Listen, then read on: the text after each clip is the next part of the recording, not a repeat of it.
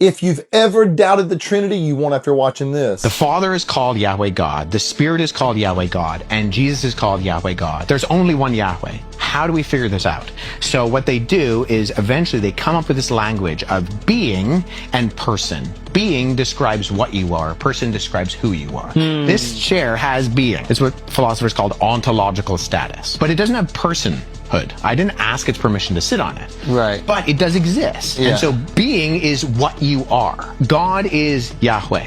And we see this, Jesus tells his disciples to go baptize in the name, and then he says, of the Father, Son, and the Holy Spirit.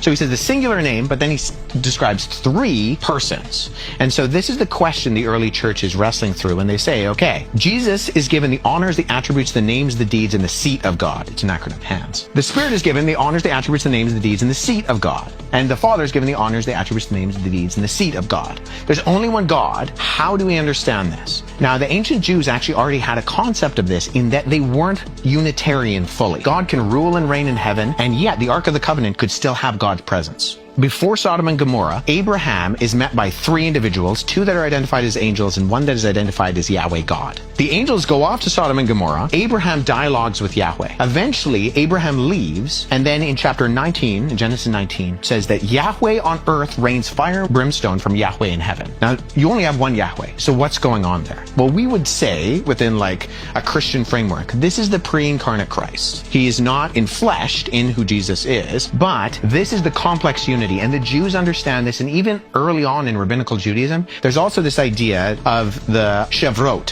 which are like the presence and spirit of God all throughout the earth. So in that sense, ancient Judaism, sometimes it's called the two powers in heaven. I don't love that kind of articulation, but in academia, that's what it's called. That God is ruling and reigning in heaven and still has a presence on earth. Only one God, but there's something else going on there that maybe we don't fully understand, but that God lives in a set of living, loving relationships. He has existed eternally in relationship and in love. Yeah. That's what John says in 1 John. God is love. God does not need to create in order to experience anything. Creation is an outpouring of his love. Now, this is different than, say, a Unitarian monotheistic faith like Islam.